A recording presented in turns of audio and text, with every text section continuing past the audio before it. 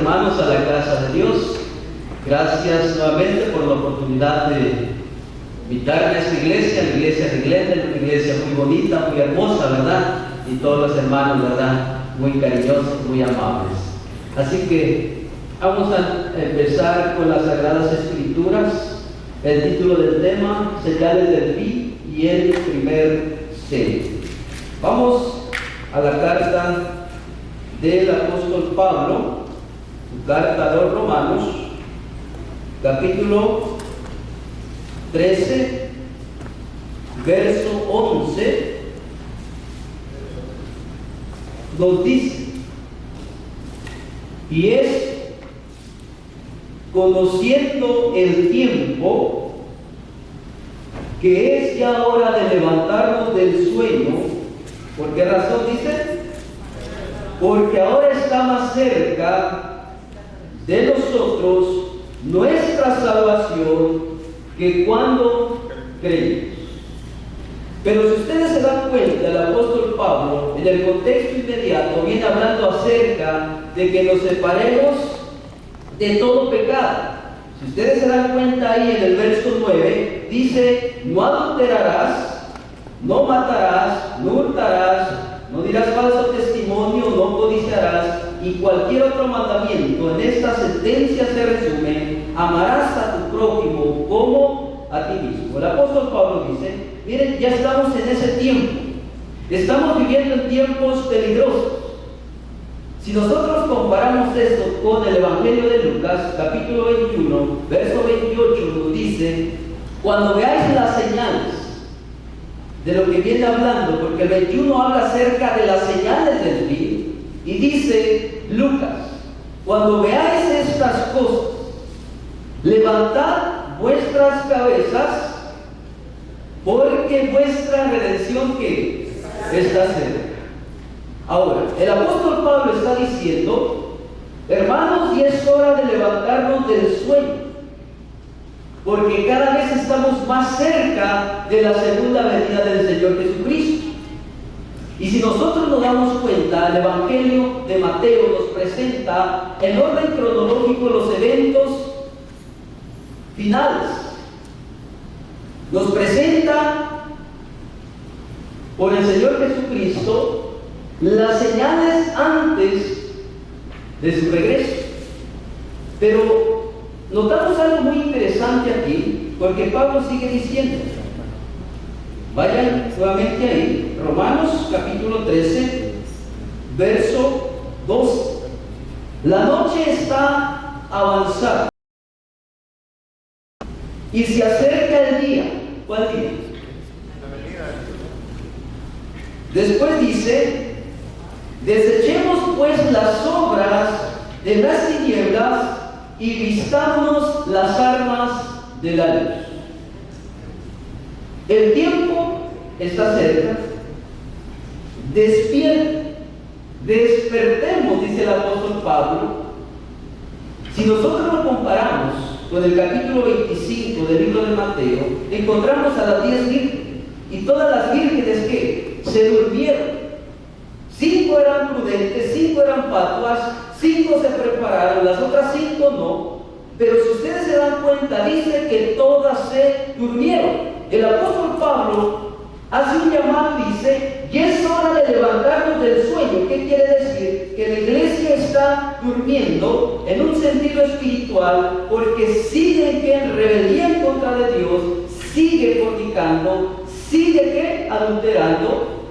Y es lo que menciona el apóstol Pablo en el contexto. Pero si ustedes analizan, dice en el verso 10 de Romanos 13: y el amor no hace mal al prójimo, así que el cumplimiento de la ley es el amor. ¿Qué es lo que quiere decir? Nos está diciendo: miren, ustedes no están cumpliendo la ley de Dios. Y humanamente hablando, por nuestras propias fuerzas no lo vamos a poder manejar. Solamente a través de ¿quién? Cristo. De Jesucristo. Ahora, este mensaje es muy importante. ¿Por qué razón? Porque el profeta Jeremías habla acerca de eventos finales y habla acerca de que el mal se iba a aumentar cada vez más y esto no iba a parar. Al contrario, se iba a incrementar muchísimo más, de acuerdo a lo que nos presenta el profeta Jeremías. Dice: así ha dicho Jehová de los ejércitos, he aquí que el mal irá de nación en nación y grande tempestad se levantará de los fines de la tierra. ¿Qué dice? El mal se va a aumentar. El mal irá en aumento en cada una de las naciones. Por eso dice Pablo: despertemos. Despertemos, porque el tiempo cada vez está más cerca. Y ahora, Mateo 24 describe las señales. Y nosotros estamos mirando las señales, ¿sí o no? Estamos mirando las señales. Pero una cosa es mirar las señales y otra cosa es prepararnos nosotros espiritualmente para poder pasar la crisis que se avecina. Amén. Todos nosotros vamos a ser probados, mis queridos hermanos. Lo que está pasando en otros lugares, guerras, rumores de guerras, pestilencias, todo eso fue anunciado por el Señor Jesucristo y dice: mira, estoy próximo a venir, pero voy a venir por un pueblo santo. Amén. Ahora, el profeta Jeremías dice: el mal irá en aumento, no va a parar, va a aumentar. Mateo 24 está en relación con los sellos del libro de Apocalipsis, capítulo 6, en relación con el primer sello, en relación con el segundo, con el tercero, con el cuarto, porque ahí nos presenta eventos parecidos a los de Mateo 24. Encontramos en Mateo 24, rápidamente, vayamos allá. Mateo capítulo 24.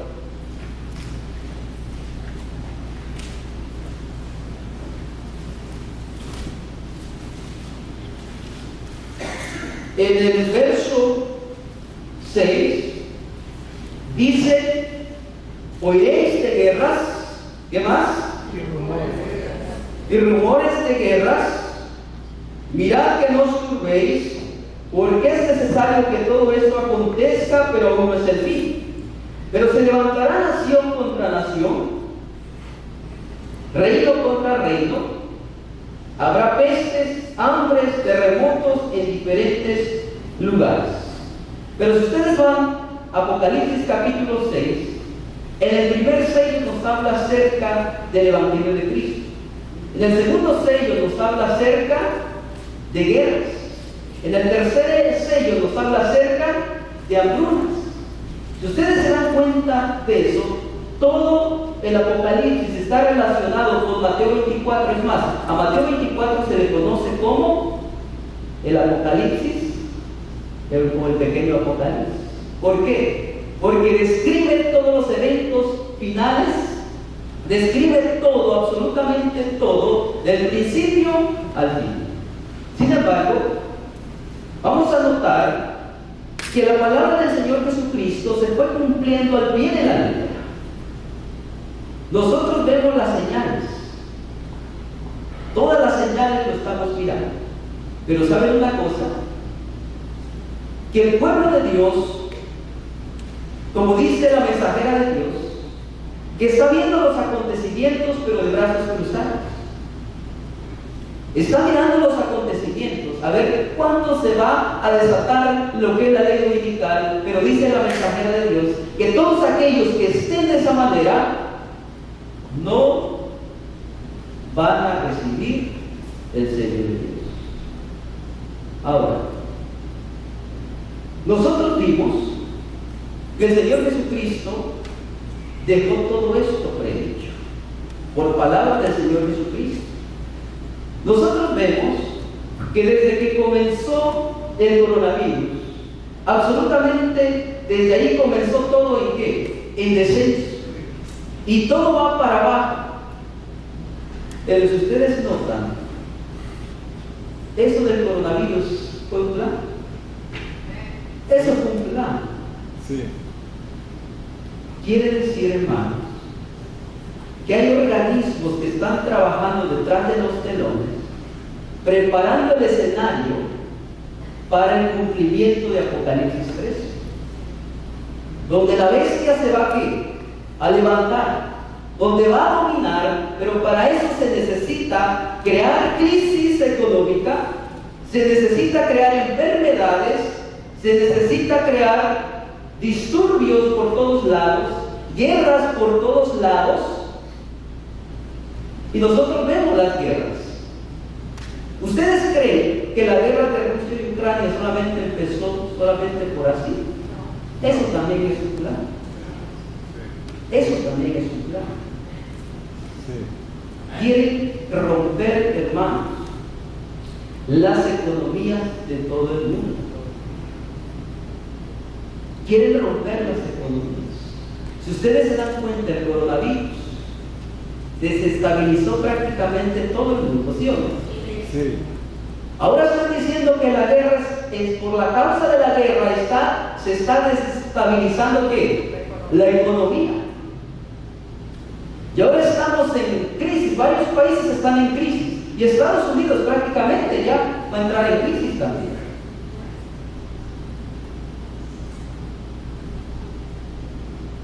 Uno de los soldados de Ucrania dice: mataremos a todos. ¿A quiénes? A los rusos, ¿verdad? Los reduciremos a cero. Los hombres cada día más están dispuestos a hacer todo lo que sea. ¿Por qué? Por poder. Pero si nosotros nos damos cuenta, el espíritu de profecía nos da luz en cuanto a todo esto. La mensajera de Dios describe los eventos de una manera tal y lo relaciona con el profeta Jeremías de que esto iba a ir en aumento y el mal iba a esparcirse por todas las naciones. Aquí vemos soldados, ¿verdad?, quemándose. Así es la guerra. En la guerra nadie gana, en la guerra todos pierden, mis queridos hermanos. Estamos en guerra. Sabemos nosotros que estamos en una guerra espiritual, pero sabemos que esa guerra se va a hacer literal, porque Satanás está listando a su ejército, los está uniendo para que finalmente todos organizados se vayan en contra del pueblo de Dios.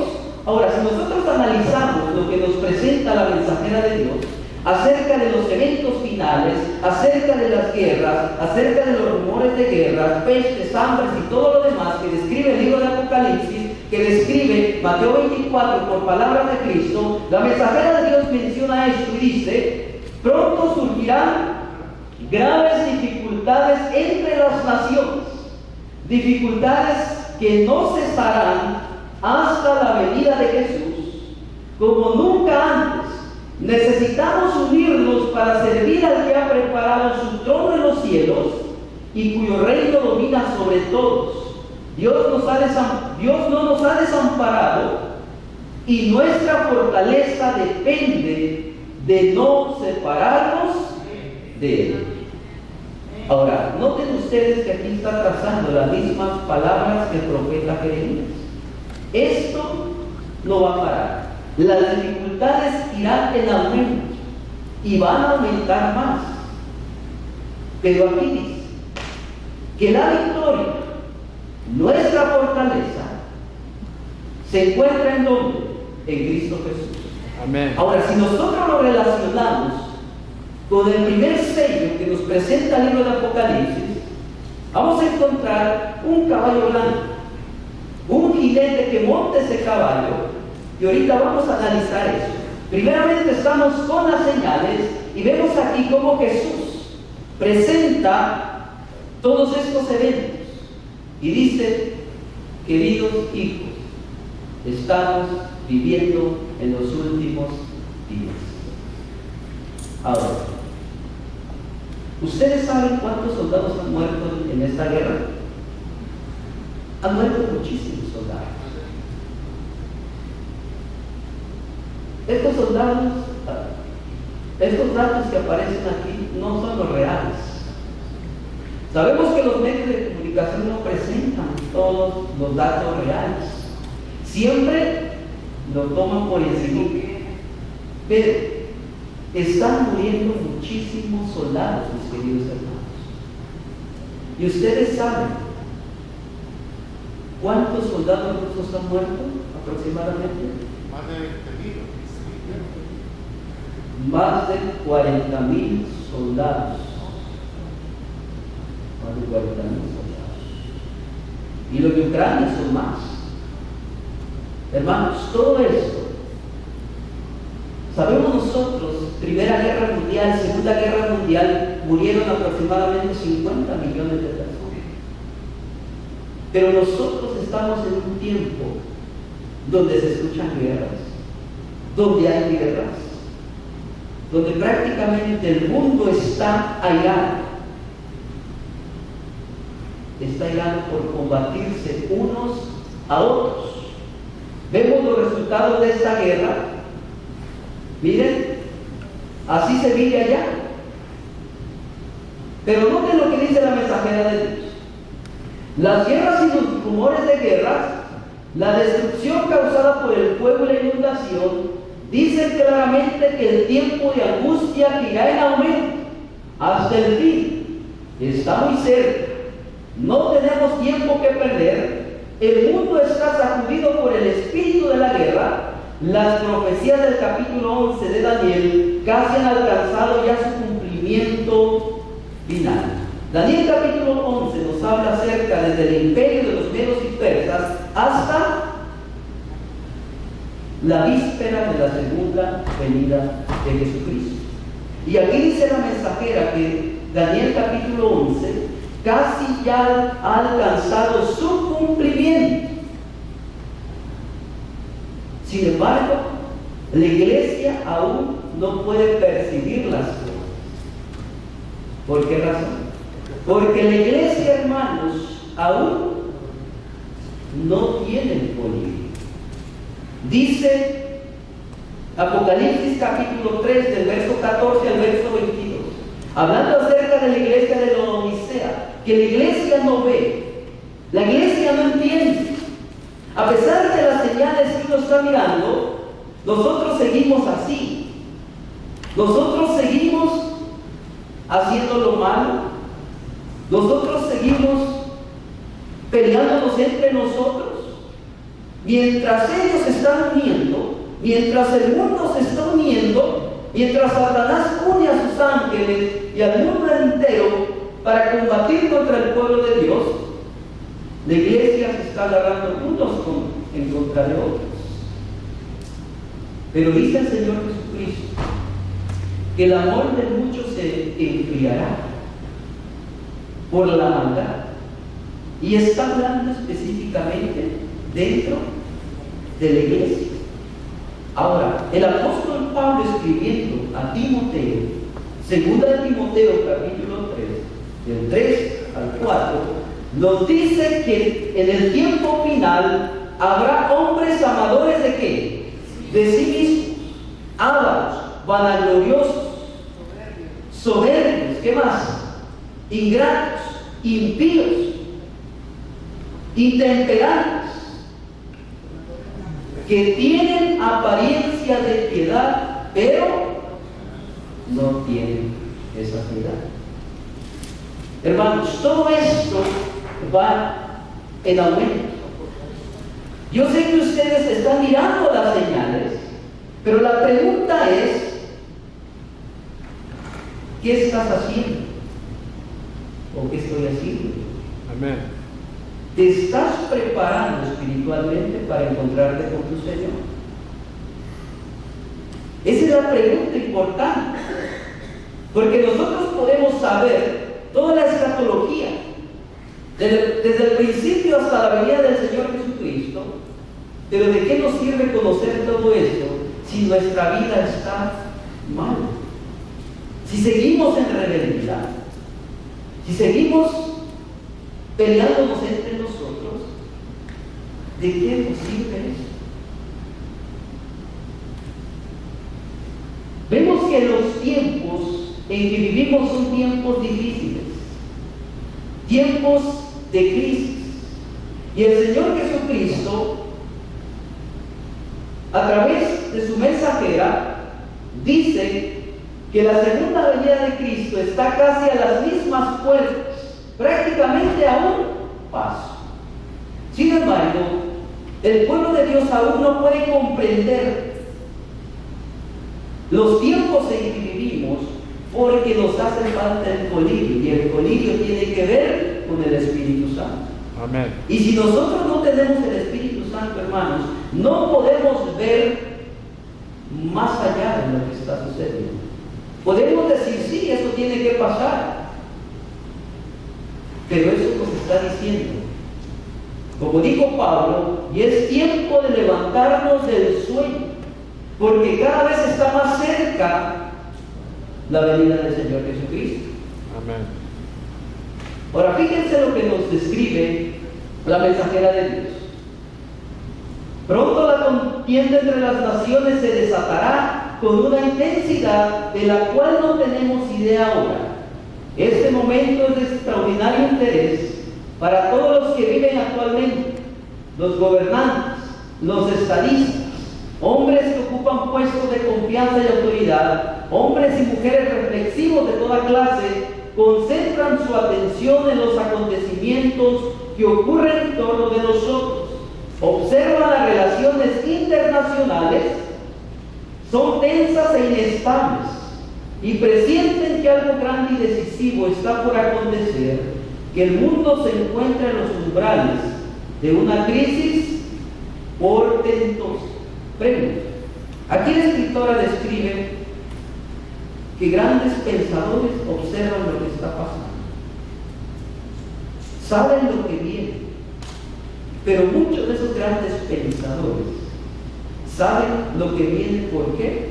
Porque analizan, porque investigan.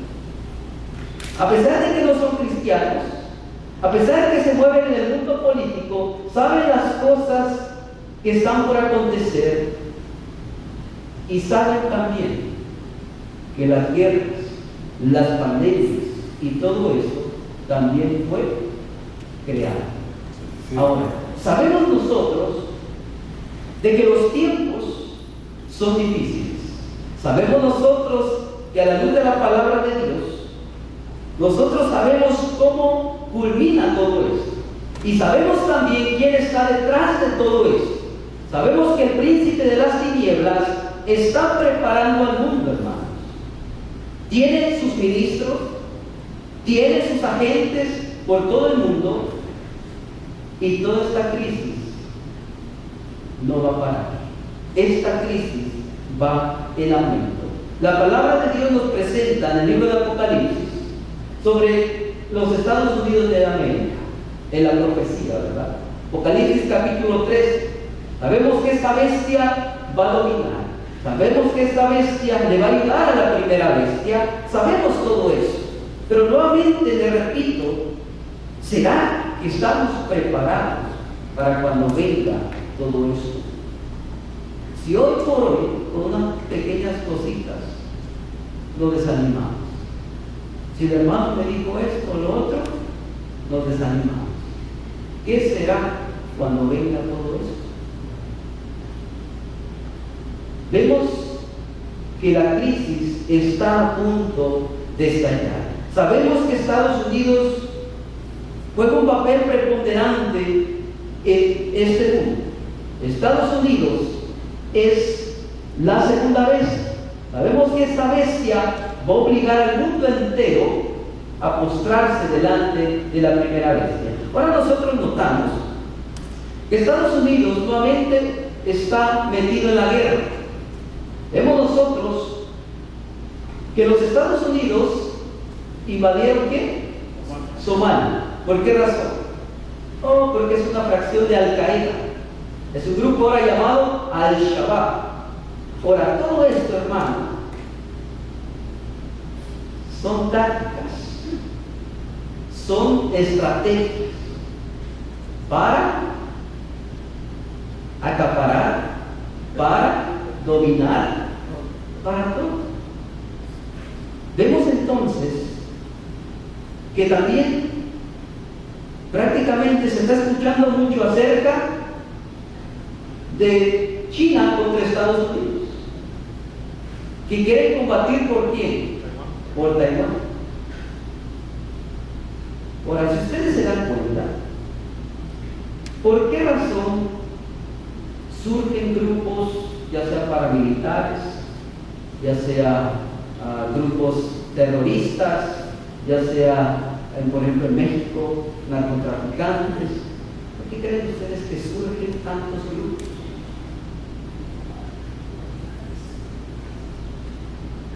Todos estos grupos están financiados por alguien. Sí. Esos grupos no salen nada más por salir. Esos grupos, hermanos, están capacitados militarmente. Tienen estrategia militar. Y lo que les voy a decir, lo que yo estaba escuchando un analista, esos investigadores que investigan todos estos grupos. Hay un grupo en la Segunda Guerra Mundial, en la guerra de Afganistán, en la guerra de Irak, en todas esas guerras donde Estados Unidos se ha metido, hay una compañía que se llamaba Blackwater. Sí. Esa compañía prestaba sus servicios a otros grupos para combatir, para pelear por dinero. Ahora esa compañía prácticamente ya no se escucha. Blackwater.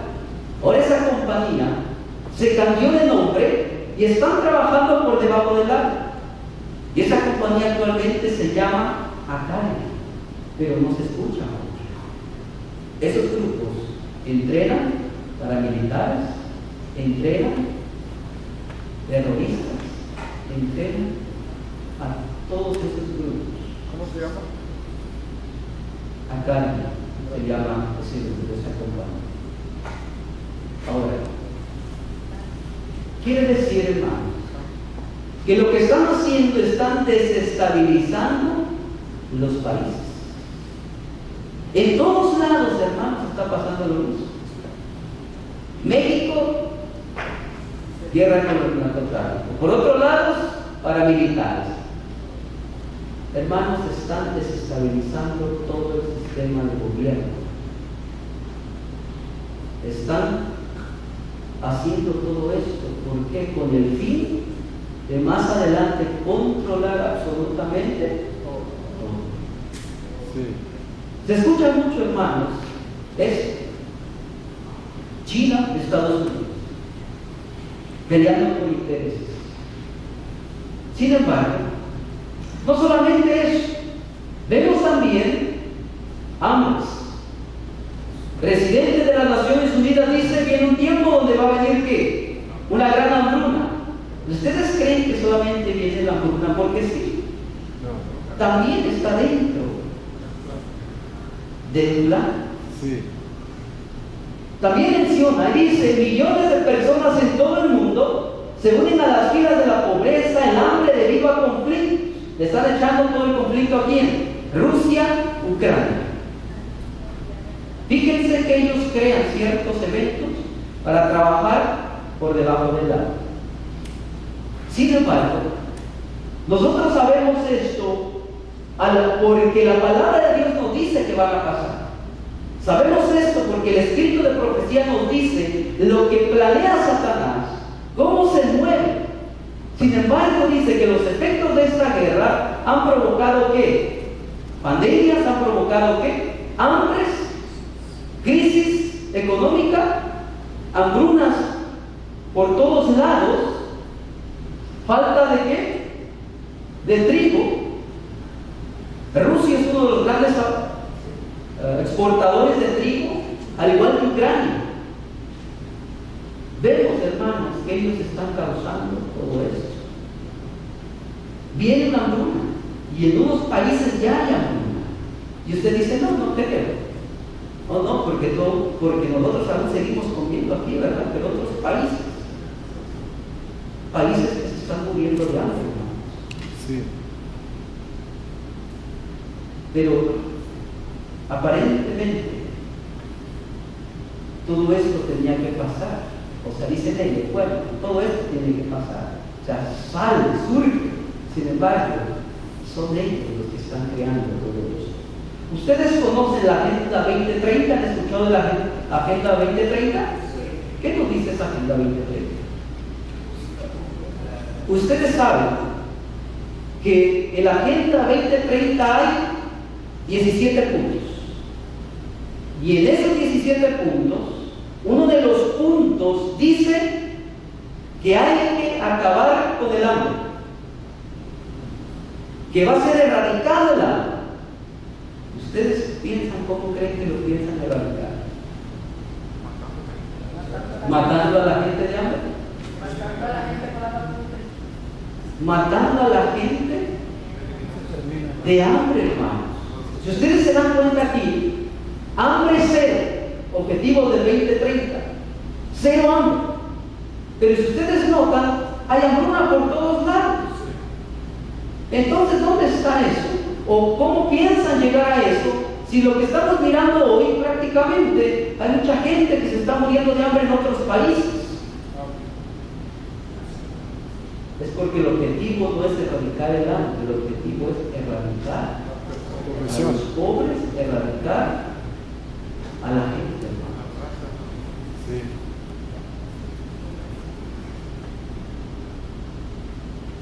Ustedes saben, una revista llamada Economist publicó algo muy interesante. En su portada publicaron 2 trigos, no sé si lo miraron, 2 trigos, pero esos trigos, hermanos, ¿son qué? Son calaveras. Hermanos, ellos tienen un plan. A pesar de que nosotros sabemos eso, ¿qué estamos haciendo nosotros? ¿Será que nos estamos preparando? ¿Será que cada día más nos estamos acercando a Dios? ¿O será que nos estamos alejando? ¿Será que cada día estamos más unidos con el Señor? ¿O seguimos en las mismas? Rebeldes. Porque una cosa es mostrar una cara aquí, y otra cosa muy distinta es cómo estamos allá afuera. Nosotros podemos mostrar un rostro aquí bonito, amable, pero ¿qué tal somos en la casa? ¿Qué tal somos con los demás personas que tal vez no son cristianos allá afuera? Lo que nos dice el Señor, hermanos, es que ya es hora de prepararnos. Y es hora de levantarnos ¿de qué? De esta tibieza espiritual. Porque cada día está más cercano que la venida del Señor Jesucristo. Estas señales las dio el mismo Señor Jesucristo. Por su propia boca dijo, van a venir estas cosas. Estas cosas anuncian de que yo estoy próximo a venir. Sin embargo, el pueblo aún, al parecer, no despierta. Al parecer seguimos en las mismas. Un hombre llamado Henry Kissinger dijo, si los grandes políticos dominan el petróleo, dominan ciudades. Pero si dominan los alimentos, van a dominar prácticamente El mundo. el mundo. Así lo dijo con estas palabras. El que controla el petróleo, controla las naciones, controla los alimentos y controlarás prácticamente los pueblos. ¿Saben ustedes que Bill Gates, hoy por hoy, es uno de los hombres más ricos? Eso lo sabemos. Pero muy recientemente empezó a comprar hectáreas tras hectáreas de terrenos. ¿Por qué? ¿Por qué será? ¿Será que quieren controlar la alimentación? Sí. Sí. 110,000 hectáreas de tierra en 18 estados a comprar. Otras personas agrícolas dicen que el gobierno les estaba ofreciendo dinero para destruir ¿qué? Sus cosechas, sus productos. Hermanos, nosotros sabemos eso, pero ¿de qué nos sirve saber si nuestra vida está pésima? Si no estamos mostrando el verdadero cristianismo, ¿de qué nos sirve eso? ¿De qué nos sirve saber todo esto, hermano? Si nuestra vida está por los suelos, nuestra vida espiritual no está bien. Por eso dice el Señor Jesucristo, tú dices que eres rico, pero estás ¿qué? Estás pobre, eres un mendigo, miserable, miserable. Pero yo tengo la solución. Quiero darte el colibrí, quiero darte las vestiduras, quiero darte ¿qué? El oro refinado en fuego. Así que, hermanos, la bruna está por todos lados. Ustedes sabían que Irán es uno de los primeros de estos países que tiene racionados los alimentos. Hay una gran crisis allá en Irán, hermanos. Todos los productos están carísimos. Hay una guerra interna. Y el gobierno creó un sistema para racionar los alimentos. Y dicen, si ustedes se portan bien, se les va a proveer alimento. Pero si ustedes hablan en contra del gobierno, dicen esto, dicen lo otro, del gobierno, no se les va a proveer alimento. Si nosotros notamos, eso es lo que dice el libro de Apocalipsis, o lo que viene más adelante, sí. ¿Quieren controlar los alimentos? Si controlan los alimentos, controlan todo. Fíjense lo que dice esta revista. Irán será el primer país en poner en marcha un sistema de racionamiento de alimentos basado en identificaciones biométricas en medio de los disturbios por alimentos. Controla la comida y controlarás a la gente. Sabemos que vienen cosas terribles a este mundo. Veremos pequeños aguaceros de lo que realmente viene, mis queridos hermanos. ¿Será que estamos preparados para lo que viene? En estos momentos sabemos cómo está apuntado nosotros. Pero sabemos que Estados Unidos también va a entrar en una crisis tremenda. El dólar está tan inflado que ya no tiene base cómo sustentar eso. En cualquier momento eso va a estallar, hermano. El dólar va para abajo. Y aquí también va a venir una gran hambruna. Vienen cosas grandes en este mundo, en este país. El coronavirus, hermanos, lo usaron para destruir economías. Sí. Eso lo sabemos. Sí. Sabemos que quieren crear las crisis económicas. Y a través de todo el mundo, hermanos, hay crisis económicas, ¿sí o no? O díganme en algún país que su economía está bien fuerte. Díganme alguno, ¿verdad? ¿Suiza? Pero ahí se guardan todos el dinero de todos, ¿verdad? Los grandes comerciantes, los que hacen puras cosas malas. Exacto. Los países del petróleo tienen buena economía. Pero el petróleo, hermanos, no es suficiente. Cuando falta alimento, Sí. Van a comer petróleo. pues no creo que vayan a comer petróleo. Sabemos, hermanos, que Estados Unidos va en equilibrio. Estados Unidos va en equilibrio. Pero noten algo muy importante. El espíritu de profecía nos dice esto: Dios nos ha dado por su gracia un momento de respiro. Todo medio que el cielo nos ha confiado debe usarse ahora para trabajar. ¿Por qué? Por los que perecen en ignorancia no debe haber demora. La verdad debe ser proclamada en los lugares oscuros de la tierra. Debe hacerse una gran obra que ha sido confiada a los que conocen la verdad, los que conocen todos los eventos. ¿Y quiénes son ellos? La iglesia que recibió toda la luz.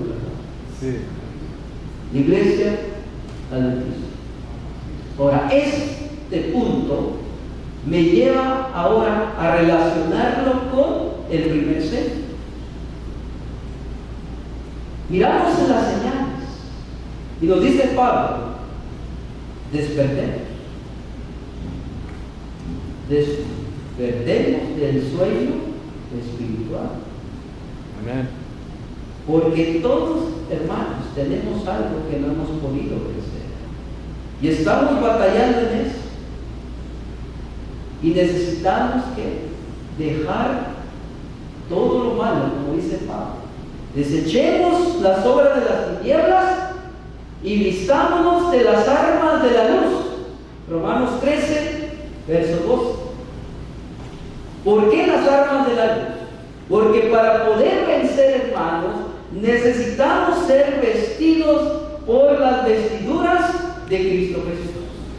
Amén. Ahora, el primer sello nos dice de esta manera: vi cuando el Cordero abrió uno de los sellos y oí uno de los 4 seres vivientes decir como voz de trueno: ven y mira.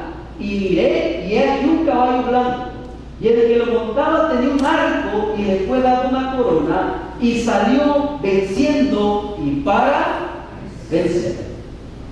¿De qué nos estará hablando aquí?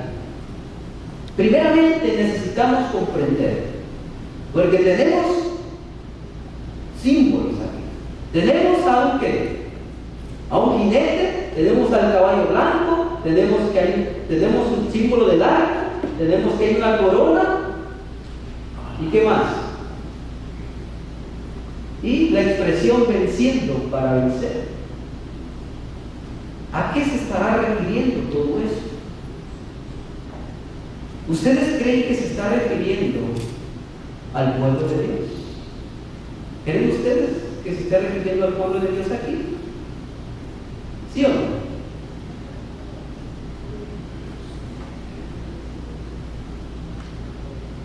¿A qué hora tengo que acabar? 10 minutos.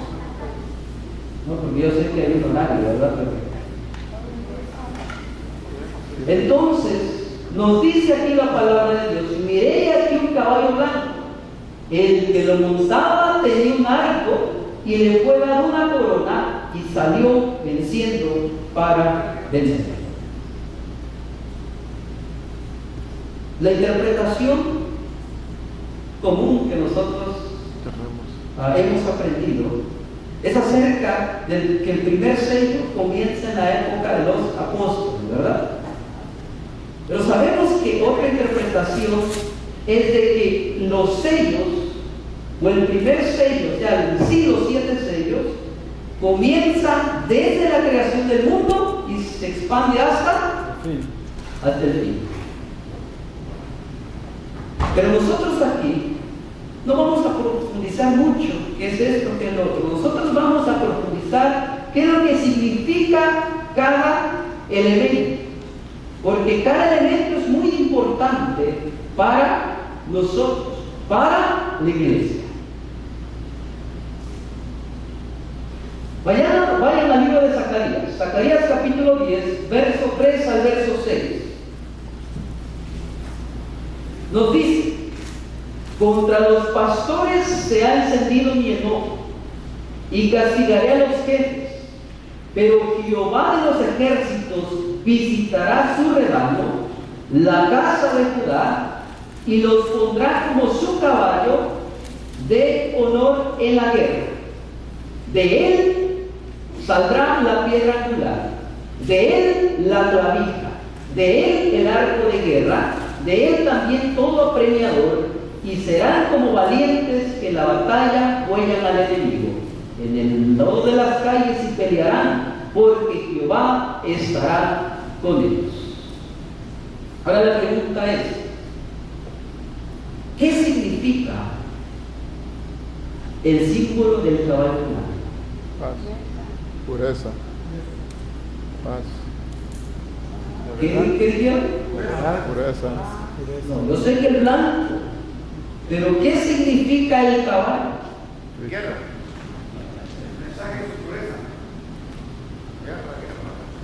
Si ustedes le ponen atención al texto, dice aquí, pero Jehová de los ejércitos visitará su rebaño, la casa de Judá, y los pondrá como su caballo de honor. Pregunta, ¿el caballo es una representación del pueblo de Dios? El caballo es una representación del pueblo de Dios.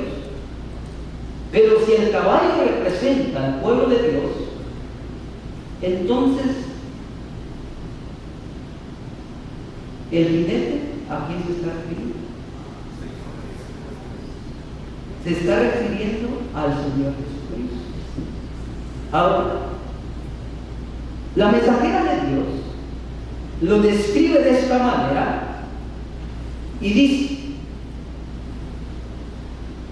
que el caballo es una representación del pueblo de Dios, porque en la Biblia el apóstol Juan dice que este caballo salió venciendo para vencer. Pero la mensajera de Dios dice, y usa esta misma expresión que usa el apóstol Juan, y dice, Dios deseaba que su pueblo saliera venciendo y para vencer. Pregunto, entonces, ¿qué significa el caballo? Significa al pueblo de Dios que tenía que salir para vencer. Ahora la pregunta será, ¿qué significa entonces el arco? ¿Qué significa entonces la corona? ¿Qué significa entonces la expresión salió venciendo para vencer? Necesitamos comprender eso para poder entender de qué nos está hablando aquí el Señor Jesucristo.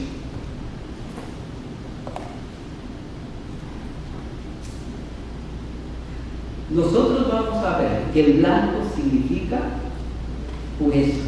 Y ahorita les voy a poner unos textos más adelante. Pero, cuando el Señor creó el mundo, cuando crea a Eva y Adán, eran sin pecado, ¿verdad? Quiere decir que cuando ellos pecan, viene lo que es el ministerio del Señor Jesucristo, de que Él se iba a hacer, o iba a ser el Cordero para morir en nuestro lugar. Vemos nosotros que el Señor preparó todo eso, sabiendo de que el ser humano iba a caer, pero proveyó, y Él se dio como Cordero para remisión de nuestros pecados. Quiere decir que el Señor le dio el Evangelio a Adán, le dio todo su Evangelio, le dio el ministerio en sí, desde el principio hasta el final. Adán, mis queridos hermanos, sabía absolutamente todo lo que era o todo lo que conllevaba el ministerio del Señor Jesucristo o el Evangelio del Señor Jesucristo, de que Él tenía que morir para hacer remisión a su pueblo. Pero si nosotros nos damos cuenta, quiere decir que Dios le dio un evangelio puro ¿a quién? A Adán. Y ese evangelio puro se tenía que presentar ante el mundo que estaba en pecado, ante un mundo oscuro, ante un mundo rebelde. Pero nosotros vemos que los antediluvianos, mis queridos hermanos, tenían una mente 20 veces más que una persona que ha estudiado más de 50 años tal vez. Tenían una mente que podía captar absolutamente todo. Adán les enseñó a sus hijos, y les enseñó a otras personas, a sus descendientes, les enseñó el Evangelio puro del Señor Jesucristo, desde el principio hasta el final, hasta les enseñó también acerca de la segunda venida de Él, cuando iba a venir en poder y gloria. Quiere decir, hermanos, que la iglesia o el pueblo de Dios tenía un evangelio puro. Amén. Sin embargo, en todos los tiempos ha habido rebeldía, ha habido oscuridad. Caín se rebeló, hizo su voluntad. Sin embargo, el pueblo de Dios, los hijos de Dios, se mantuvieron firmes en la pureza del evangelio, mis queridos hermanos. Si ustedes notan esta cita, dice aquí, los hijos de Seth mantuvieron el culto a Dios en toda su pureza. Un evangelio puro, hermanos. Pero nosotros vamos a notar que los hijos de Seth se empezaron a mezclar ¿con qué? Con los hijos de los hombres, las hijas de los hombres. Y vemos que empezó prácticamente a descender poco a poco esa pureza.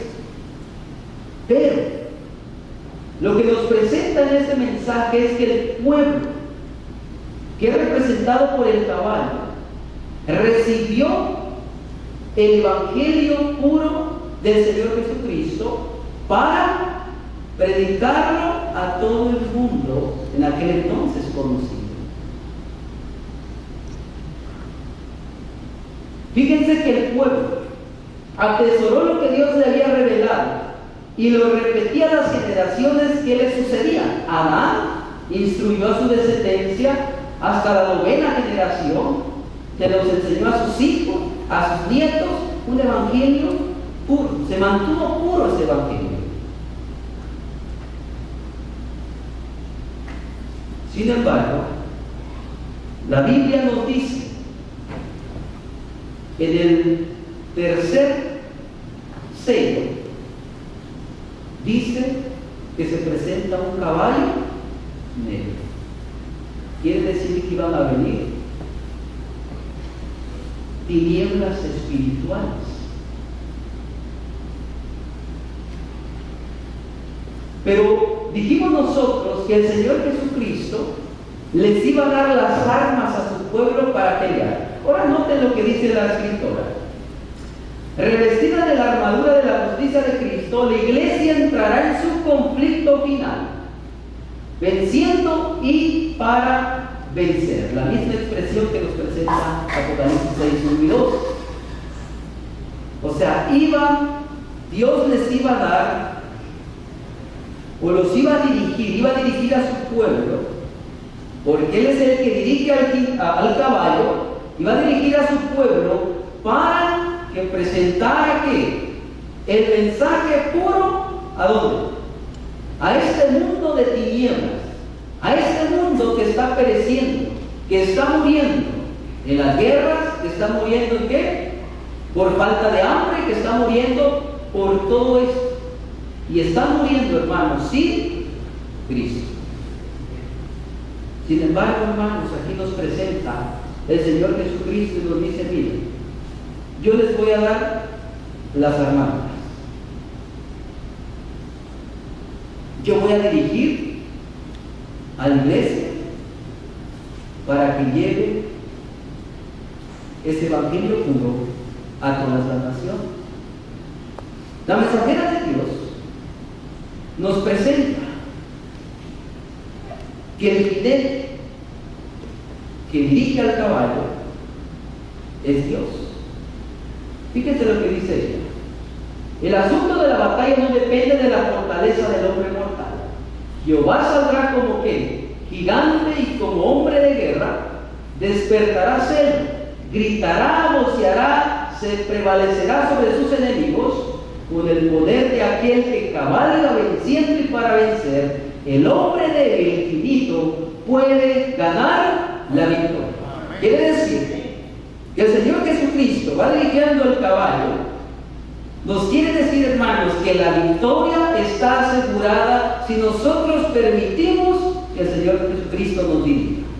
Amén. La victoria está asegurada. Por eso en la cita, casi cuando empecé el tema, decía que habrán señales, habrá todo esto, la guerra iba a acrecentarse, pero si estamos unidos con Cristo, la victoria está asegurada. ¿Qué es lo que nos está diciendo aquí? Si nosotros estamos dirigidos por el Señor, la victoria está ganada. Porque la palabra de Dios dice, en Jesucristo somos más que vencedores. Entonces, la mensajera de Dios dice que nosotros debemos estar más y más afianzados en Cristo Jesús. Debemos estar más unidos al Señor. ¿Por qué? Porque de esa manera nosotros vamos a vencer. De otra manera no se puede, hermanos. Fíjense lo que nos dice acá. Los obreros de Dios deben ganar una experiencia mucho más profunda. Si le entregan todo a Dios, Él obrará poderosamente en su favor. Plantarán el estandarte de la verdad sobre las fortalezas que hasta este momento estaban bajo el dominio de Satanás, y con gritos de victoria tomarán posesión de ellas. Llevan sobre sí las cicatrices de la batalla, pero viene a ellos el mensaje de consuelo que el Señor los dirigirá venciendo y para vencer. Pregunto, ¿está asegurada la victoria si estamos con el Señor? Amén. El caballo blanco salió, pero el que va dirigiendo al caballo es el Señor Jesucristo. Y el Señor Jesucristo dice que dota al pueblo del arco, de la corona. Pero necesitamos comprender también qué es eso. Y tiene que ver el mensaje de Dios, está relacionado también con nuestra manera de ser. Ahora yo les hago una pregunta. ¿Será que con nuestra manera de ser hoy por hoy vamos a poder vencer? Siendo mentirosos, peleándonos unos a otros. No, ¿verdad? Fíjense lo que dice acá. El mundo hoy tiene una clamorosa necesidad de una revelación de Cristo Jesús, en la persona de sus santos. Dios desea que sus hijos estén ante el mundo como pueblo ¿qué? Santo. ¿Por qué? Porque hay un mundo que salvar por medio de la luz. Pregunto, ¿la luz qué color es? Blanco. Pregunto, ¿el caballo es blanco, sí o no? ¿Ok? De la verdad evangélica, y a medida que el mensaje de verdad ha de llamar a los hombres de las tinieblas, que es una representación del caballo de color negro, a la luz maravillosa de Dios se ha dado por la iglesia. La vida de sus miembros, santificada por el Espíritu de verdad, ha de ser un testimonio de la veracidad, los mensajes que se proclaman. Hay una necesidad de mostrar que la revelación de Jesucristo, pero ¿cómo lo vamos a revelar? A través de nuestro carácter. Amén. Si yo tengo un carácter feo, ¿ustedes creen que estoy mostrando a Jesucristo? No. No estoy mostrando a Jesucristo si tengo un carácter del demonio, ¿verdad? Sabemos entonces, hermanos, que el blanco es que pureza. El pueblo es el caballo, pero el caballo es de color blanco. Quiere decir que el mensaje que Dios le dio a su iglesia es puro, Amén. es santo. Pero también leímos acá que el pueblo de Dios tiene que ser Puro. sano, tiene que ser puro. Por lo tanto, el color blanco está relacionado con la pureza del Evangelio, la pureza de su pueblo. Por eso el salmista David menciona: purifícame con qué, con hisopo, y seré limpio, lávame y seré más blanco que la nieve. Quiere decir que cuando Dios nos limpia, venimos a ser ¿qué? Blancos. purificados. Por eso el Señor quiere vestirnos con vestiduras blancas. Todo esto está relacionado con la pureza del Evangelio y también que el pueblo de Dios tiene que ser santo. En el libro de Mateo, capítulo 17, verso 2, sabemos nosotros que cuando Jesús se transfiguró, dice que sus vestiduras, ¿qué? Se volvió como la luz, blanco como la luz. Si nosotros relacionamos eso con el libro de los Salmos, dice que la palabra de Dios es ¿qué? Lámpara a mis pies y lumbrera a mi camino. ¿Qué es lo que quiere decir? Que la palabra está representada también con la pureza, ¿con qué? Quiere decir que el Evangelio es ¿qué? Puro.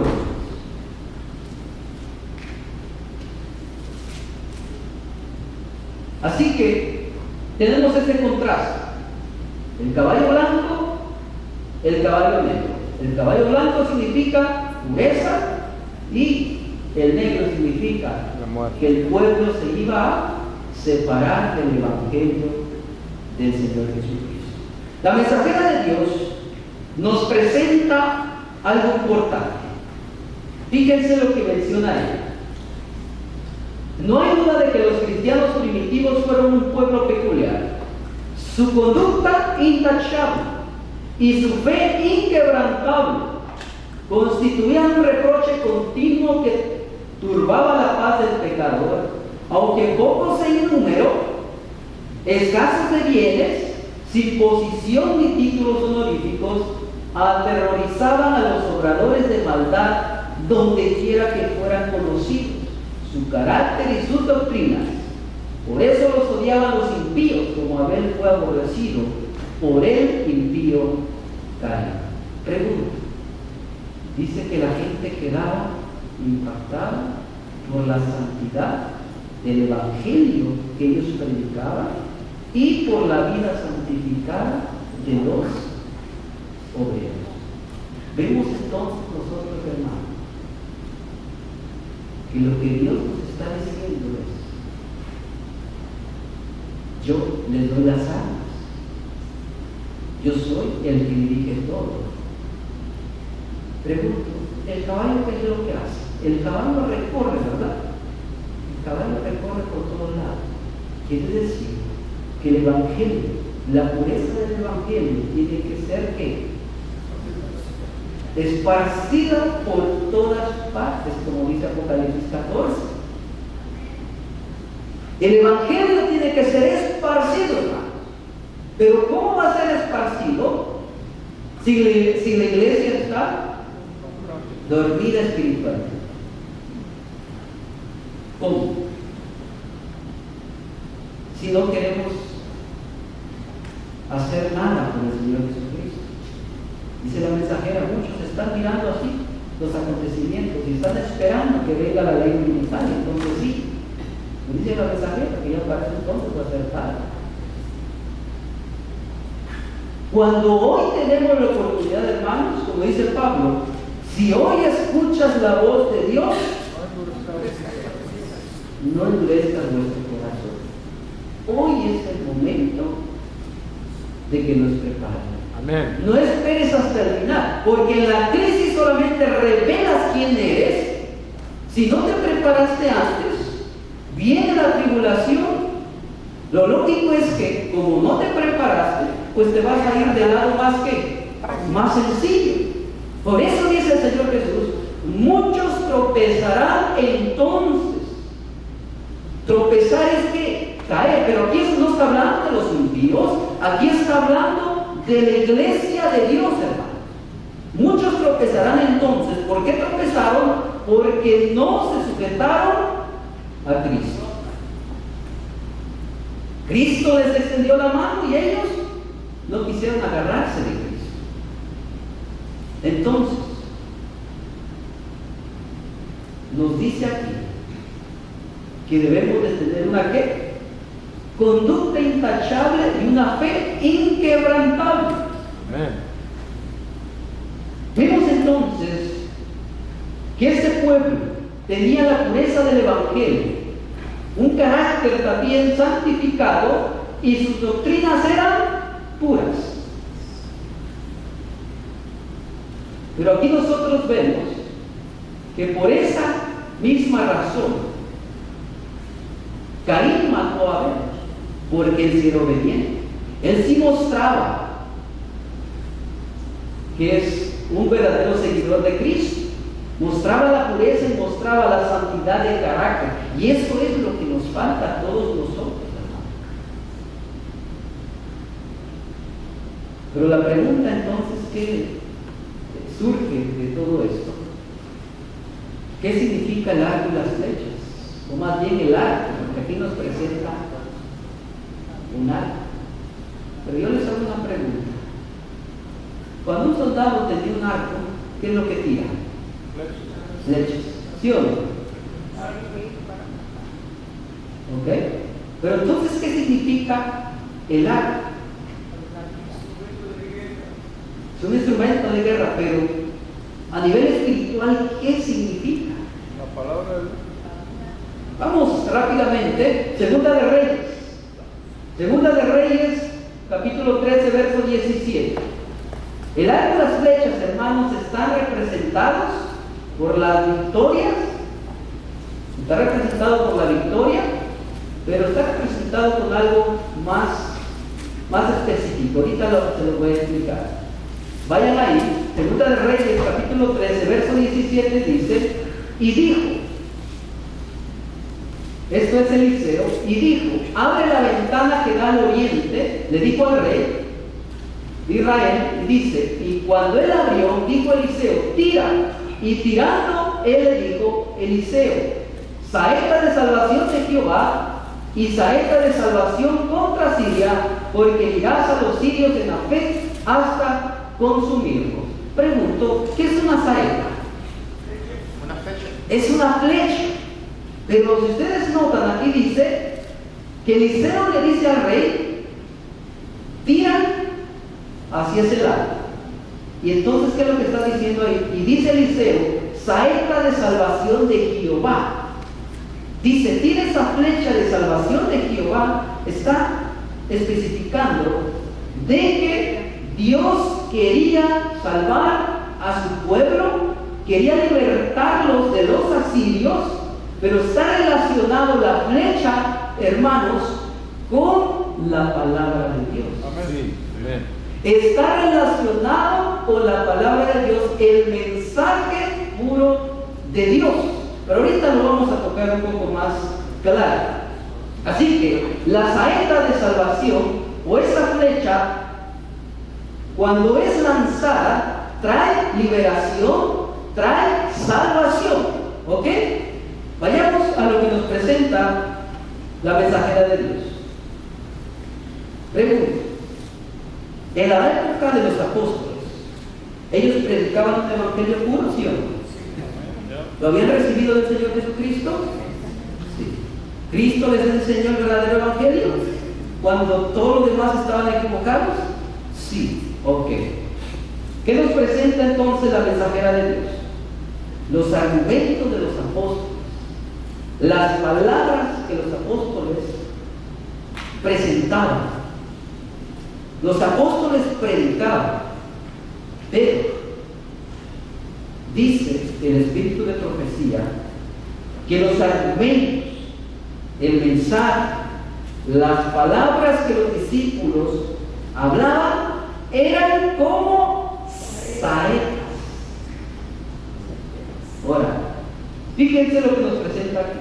Los argumentos de los apóstoles por sí solos, aunque claros y convincentes, no habían eliminado el prejuicio que había resistido tanta evidencia, pero el Espíritu Santo hizo penetrar los argumentos en los corazones con poder divino. Las palabras de los apóstoles eran como saetas agudas. Entonces, ¿qué es una saeta? Es una flecha. Pregunto, ¿qué es una flecha entonces? La palabra que salía de la boca de los apóstoles. Pero, ¿de quién recibieron las palabras? De Cristo. Pregunto: Jesús está montado en el caballo. le dio el arco, entonces quiere decir que le dio las flechas también. ¿Sí? Ahora, dice los argumentos, eran poderosos porque iban acompañados ¿con qué? Con el Espíritu Santo, hermanos. Eran como saetas agudas. Y si ustedes notan, aquí está citando la mensajera de Dios, Apocalipsis 5:6, que está relacionado con los sellos. Cuando Jesús recibe el libro o el rollo de 7 sellos, aquí lo está relacionando la mensajera de Dios. Si ustedes ven, esto era la flecha. Era tan puntiaguda que penetraba, ¿verdad? En la guerra se usaba ese tipo de cosas para que cuando entraba y si alguien quería sacar la flecha, desgarraba y se hacía más profunda la herida. Por eso se tenía que sacar con mucho cuidado la flecha. Por eso dice la palabra de Dios: mi palabra no volverá vacía. ¿Ok? Si ustedes se notan, lo comparamos con Enoc. Pregunta: Enoc predicaba el amor de Dios, pero predicaba también de que iba a venir un juicio, ¿sí o no? Sí. Arrepiéntanse, decía él. ¿Por qué? Arrepiéntanse de sus malos caminos. Él les rogaba que se arrepintiesen, que se apartasen de sus caminos, porque vendría un juicio sobre los transgresores. Muchos aceptaron y muchos lo rechazaron. Pregunto, ¿eso pasó también con los apóstoles? Muchos rechazaron el mensaje que los apóstoles presentaban y muchos no lo aceptaron, ¿sí o no? Sí. Pero fíjense lo que nos presenta aquí, que las palabras de Enoc eran verdades agudas y cortantes como espada de 2 filos. Pregunto, ¿la espada de 2 filos está relacionada con la palabra de Dios, sí o no? Sí. ¿La flecha está relacionada con la espada, sí o no? ¿Que es lo mismo que la palabra de Dios? Sí. Por lo tanto, lo que presentaba Enoc, lo que presentaron los apóstoles, era mensaje ¿de quién? De Dios, para que el impío saliera de sus malos caminos. Sin embargo, muchos no escucharon, pero nunca desmayó. Amén. Siguió adelante, siguió predicando. Amén. Finalmente, nosotros vemos que a través de Noé vino ¿qué? Finalmente, juicio, ¿verdad? Porque Noé también estuvo predicando. Ahora no tenés, los apóstoles tiraron las flechas y el Espíritu Santo, por intermedio del ministerio de los ángeles, las condujo al corazón del Todopoderoso, que convencían a los hombres de su terrible culpa por haber rechazado y crucificado al Señor de la gloria. ¿Se acuerdan ustedes cuando Pedro predicó ante 3,000 y 5,000 personas? ¿Sí o no? Les estaba presentando al Señor Jesucristo, la vida del Señor Jesucristo, el ministerio del Señor Jesucristo, el plan de la redención. Y les dijo Pedro: ustedes crucificaron al Señor Jesucristo. ¿Se acuerdan ustedes que 2 semanas antes esas mismas personas estaban diciendo: oh, llegó el Señor, llegó el Salvador? ¿Sí o no? Llegó el Salvador, el Rey. Pero después de 2 semanas estaban diciendo: crucifícame. Entonces Pedro, predicando, su palabra era como flechas que penetraban el corazón de aquellas personas. Y el apóstol Pablo dice que la palabra de Dios se compara a una espada de doble filo que penetra hasta el alma, que parte el corazón, los tuétanos, que discierne absolutamente todo. Y Pedro les estaba mostrando su error, sus pecados. Y el pueblo, al escuchar esto, dijeron, ¿se acuerdan acuerdan qué dijeron? Varones hermanos, ¿qué haremos? Varones hermanos, ¿qué haremos para ser perdonados? Para entrar en el reino del Señor Jesucristo, ¿qué haremos? ¿Cuál fue la respuesta? ¿Cuál fue la respuesta de los apóstoles cuando preguntaron eso?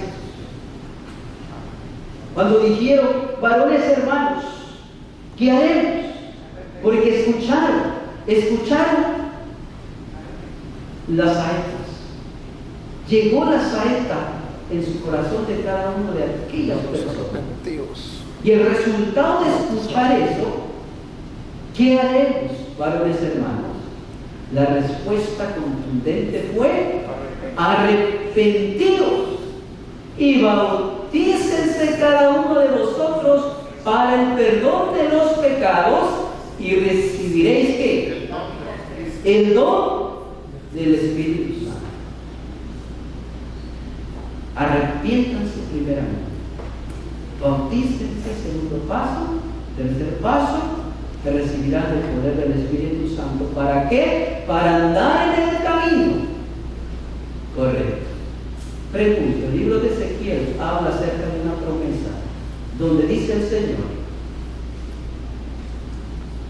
te daré un corazón nuevo, quitaré ese corazón de piedra, te pondré un corazón de carne, te daré mi Santo Espíritu. ¿Para que qué? Para que andes en mis caminos, seas obediente a mis mandamientos, a mis preceptos, y lo hagáis por obra, lo pongas por obra. Sí, ahí estaba todo eso. Pero dice que se confundieron al escuchar lo que Pedro les estaba diciendo. Porque el Evangelio era puro. El Evangelio no estaba mezclado con teorías, con filosofía, como hoy por hoy está todo eso. Pero Dios siempre ha tenido un pueblo a través de toda la historia que ha mantenido su luz verdadera, su verdadero Evangelio. Pero la iglesia se ha dormido.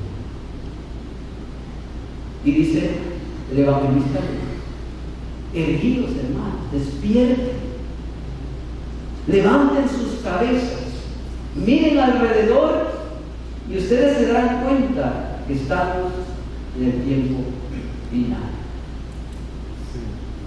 Pero Pablo dice: desechemos ya las sombras de las tinieblas y vistámonos de las armas de la luz. Amén. En el libro El deseo de todas las gentes, la mensajera de Dios describe algo importante. Vayamos a ir rápidamente. Dios no envía mensajeros para que adulen al pecador. No da mensajes de paz para arrullar en una seguridad fatal a los que no están santificados. Impone pesadas cargas a la conciencia del que hace mal y atraviesa el alma con flechas de convicción. El mensaje, hermanos, penetra tanto que te pone entre la espada y la pared. O estás con Cristo o estás del otro lado. No hay punto medio ahí. Pero la mayoría de las personas quieren un punto medio. Y no hay puntos medios aquí. Y hay veces que los mismos cristianos que tienen el Evangelio de verdad quieren estar en un punto medio. Quieren estar en la iglesia, pero también quieren estar fuera de la iglesia. Y están así, ¿verdad? Ni para acá ni para allá. Pues resulta ser que dice el Señor Jesucristo: si no estás conmigo, contra mí estás. El que no recoge, desparrama.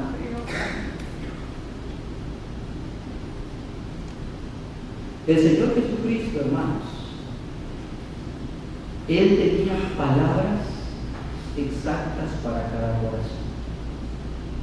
Él tenía el mensaje, y Él cuando hablaba, dice la escritora, que su mensaje era como saetas, flechas que penetraban. Y cuando penetra una flecha, hermano, es difícil que te recuperes. En el sentido espiritual quiere decir que el Evangelio va a traer algo a esa persona. Lo va a poder entre decidir si sí o no, pero de que va a traer un efecto, va a traer un efecto. Y fíjense lo que dice acá la escritora. Las palabras de Cristo eran como agudas saetas que iban al blanco y herían los corazones de sus oyentes. Cada vez que se dirigía a la gente, fuese su auditorio grande o pequeño, sus palabras tenían un efecto sobre el alma de alguno. Pregunto, el Señor dice que no quiere que ninguno se pierda. El Señor no quiere que ninguno de vosotros se pierda, sino que todos procedan al arrepentimiento. Cristo hablaba y era como saetas, como flechas agudas, y estas flechas, como nosotros leímos en Zacarías, cuando le dijo Eliseo, retira esa saeta de salvación. Lo que el Señor quiere, hermanos, es salvar al mundo entero, pero quiere primeramente tener a un pueblo que se afiance con Él, un pueblo que se una con Él para llevar ese mensaje ahora. Y ahora, si nosotros no hacemos eso, el Señor se busca a otro. Así es de sencillo. Ahora, ¿saben ustedes que en nuestra iglesia hay una gran enfermedad? Y esa enfermedad se llama el fariseísmo. Ahora, ¿a qué quiero llegar con esto? Hacer una comparación, el publicano y el fariseo, ¿verdad? ¿Cómo era el fariseo? El fariseo decía: yo estoy bien, yo ayudo 2 veces por semana, voy a la sinagoga, devuelvo mis ofrendas, devuelvo mis diezmos. Yo creo que aquí todos lo hacemos, ¿verdad? No creo que no haya ninguno que esté fiel en ese lado. Devuelvo lo que le pertenece a Dios. Estoy bien, no necesito nada, me siento bien aquí en la casa del Señor, adoro y todo eso, me voy y todo tranquilo, y a la semana hago lo que yo quiero. Esa es la vida de un fariseo. Muestra aquí algo y allá me lo está mostrando. Ahora, ¿qué quiero decir con esto? El Señor dice que quiere vestirnos de su armadura. Lo notamos desde el principio. El libro de Efesios 6 nos habla acerca de la armadura de Dios. Vestidos todos de la armadura de Dios para poder resistir en el día malo. Y habiendo acabado todo, estar firmes. Ahora bien, el fariseo no se pone la armadura de Cristo. No se pone la armadura, o sea, la justicia de Cristo, se pone su propia armadura. Y esa armadura que se pone evita que las flechas que Jesús está tirando a través de su palabra, a través de sus mensajeros, la flecha no entra en esa persona. Ahora, noten lo que menciona Elena de White. El fariseo no sentía ninguna convicción de pecado. El Espíritu Santo no podía obrar en él. Su alma estaba revestida de una armadura de justicia propia, que no podía ser atravesada por las agudezas y bien dirigidas saetas de Dios arrojadas por manos angélicas. Esa justicia propia está evitando que las flechas de la palabra de Dios lleguen a nuestro corazón. ¿Cómo ponemos eso? ¿Ok? Nosotros podemos estar escuchando la palabra de Dios, pero hay veces que escuchamos lo que queremos y lo que no queremos, lo que lo hacemos a un lado o lo esquivamos, a pesar de que decimos ser de la iglesia de Dios, que tenemos la verdad pura de Cristo, muchos, dice la hermana Guaya, que muchos están vistiéndose de la armadura de su propia justicia. No son humildes, son orgullosos, y eso evita, hermano, que la flecha llegue a nuestro corazón. Y si la flecha no llega a nuestro corazón, no va a producir cambios en nuestra vida. La palabra de Dios, al escucharla, tiene que traer efectos a nuestra vida. Tiene que traer cambios a nuestra vida, ¿sí o no? Sin embargo, muchos no tienen esto. Tienen la justicia propia. Rápidamente, porque es un poco importante. La corona representa que la iglesia va a vencer. A pesar de las pruebas, dice el Señor que le va a dar la victoria, ¿verdad? Y al darle la victoria, la iglesia, al ser fiel, dice que va a tener la corona de vida. Santiago 1:11 nos presenta que todo aquel que soporta la tentación, al final de todo tendrá que la corona de la vida, de vencedor.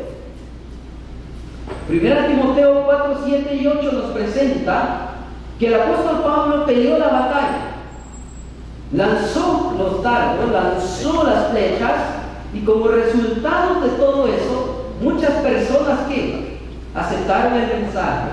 Y él dice: he peleado la buena batalla, y he acabado la carrera, he guardado la fe, por lo demás me está reservada que la corona de justicia que me dará el Señor, juez justo en aquel día. ¿Qué día? En su segunda venida. Y no solo a mí, sino también a todos los que aman su venida.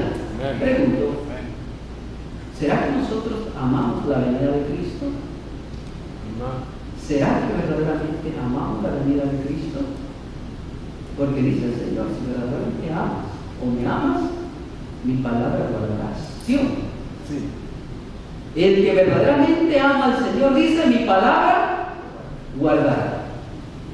Aquí la palabra, cuando se expresa la corona, no se está refiriendo a una corona, ¿verdad?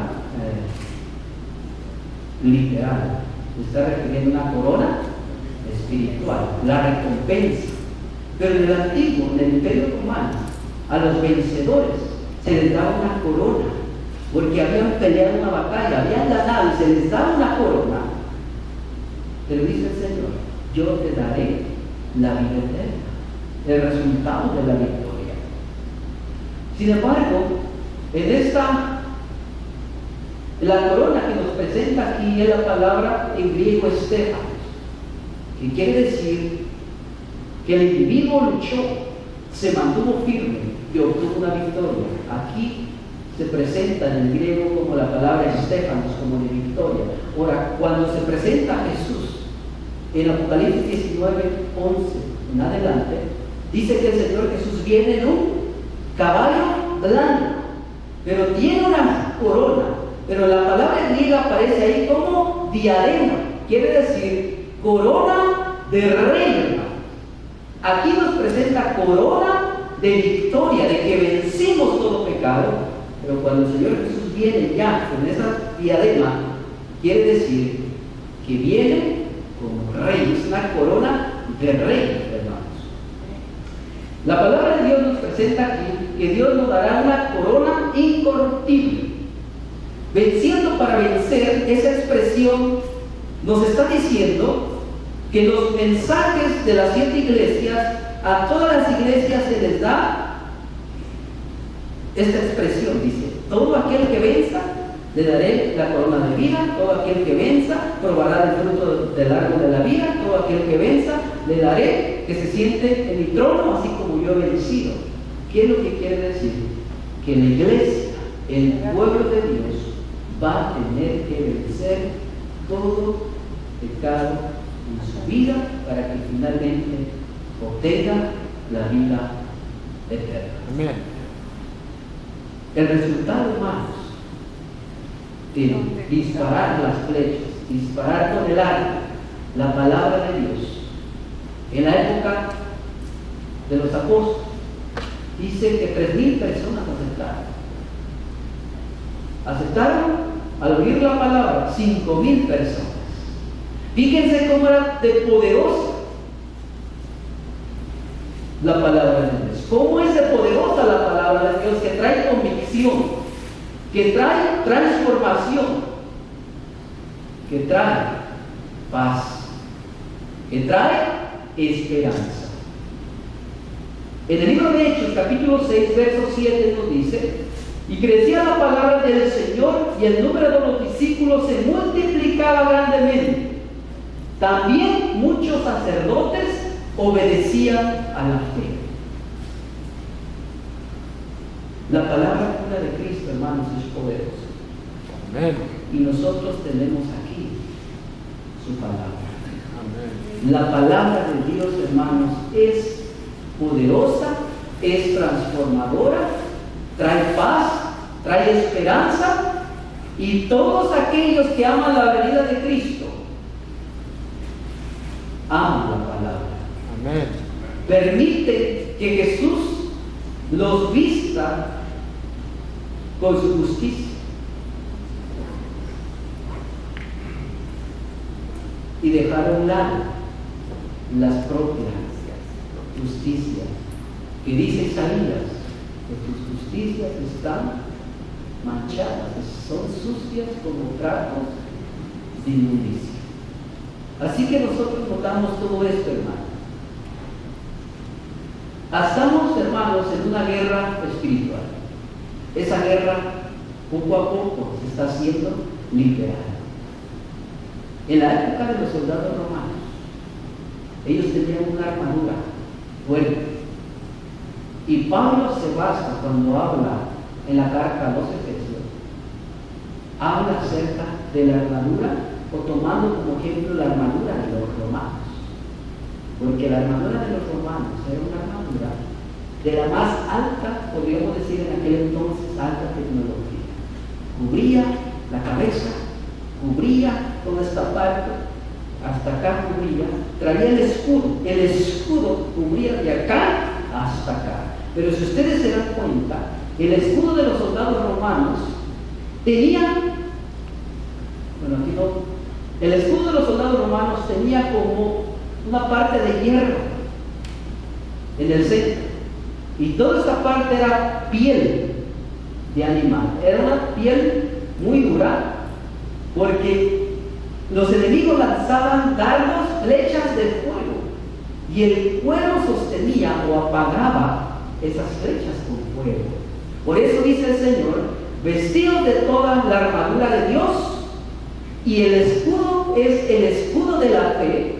Y dice el Señor, para que ustedes puedan apagar los dardos ¿de quién? Del enemigo. Pregunto, ¿Satanás quiere suplantar las flechas del Señor? El Señor tira las flechas, pero Satanás tira dardos, también tira flechas.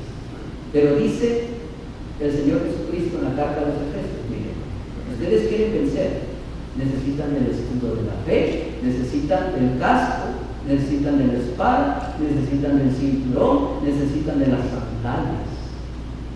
Hay 7 elementos que nos presenta el apóstol Pablo en su carta a los Efesios. Esto que ustedes ven acá era de acero, y los soldados romanos hacían eso. Lanzaban el escudo. Cuando el enemigo era lanzado hacia atrás, ellos agarraban lo que se le conoce como la jabalina. Nuevamente empujaban y así iban. Y el ejército de los romanos estaba constituido por tres fases. Los que tenían poca experiencia, los que tenían media experiencia, y la élite del ejército romano. El ejército romano era invencible, hermano. Cuando los de aquí, los de la primera línea, iban cayendo, los de atrás cubrían esos espacios. Cuando se cansaban los soldados de aquí enfrente, los soldados retrocedían y el que estaba atrás le cedía el paso. Mientras que del otro lado, el mismo soldado estaba combatiendo con el mismo, pero el otro ya entraba fresco. Y es así como ganaban numerosas batallas.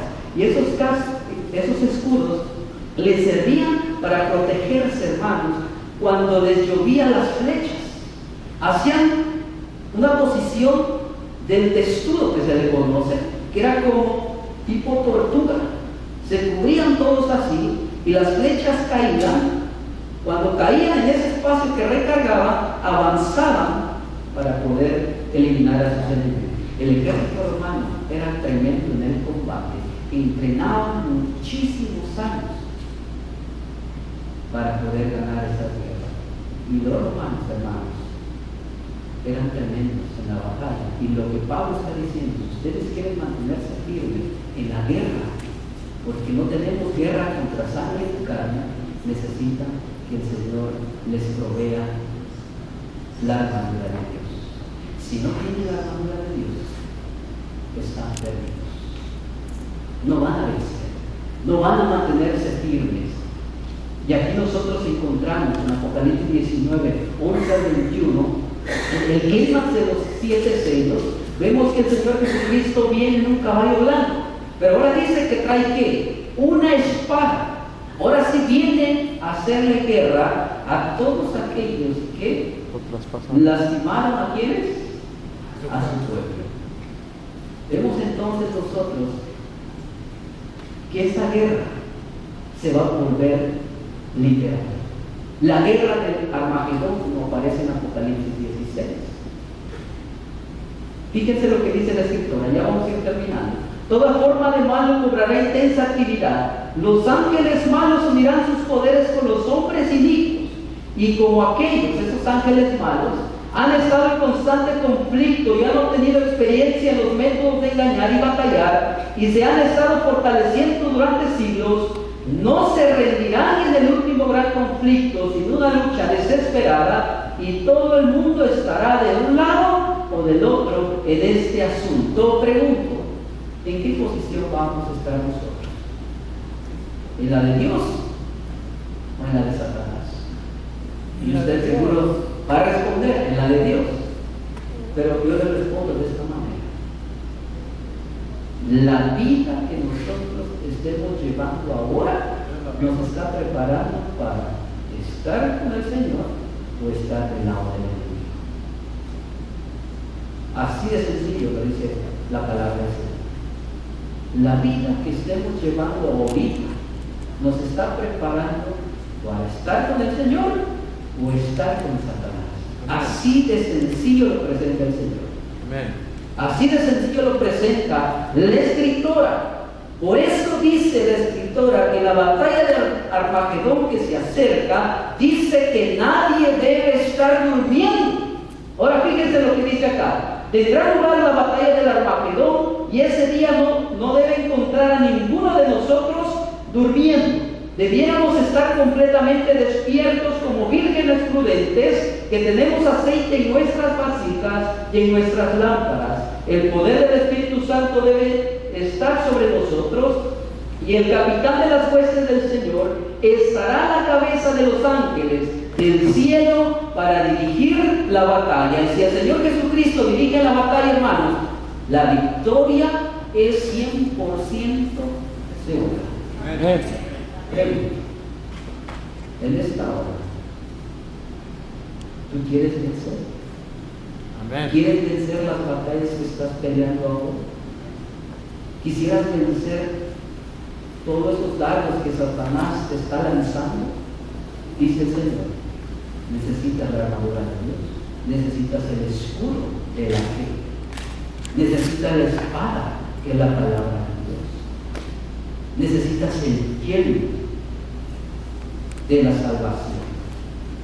Necesitamos estar seguros de que con Cristo somos más que vencedores.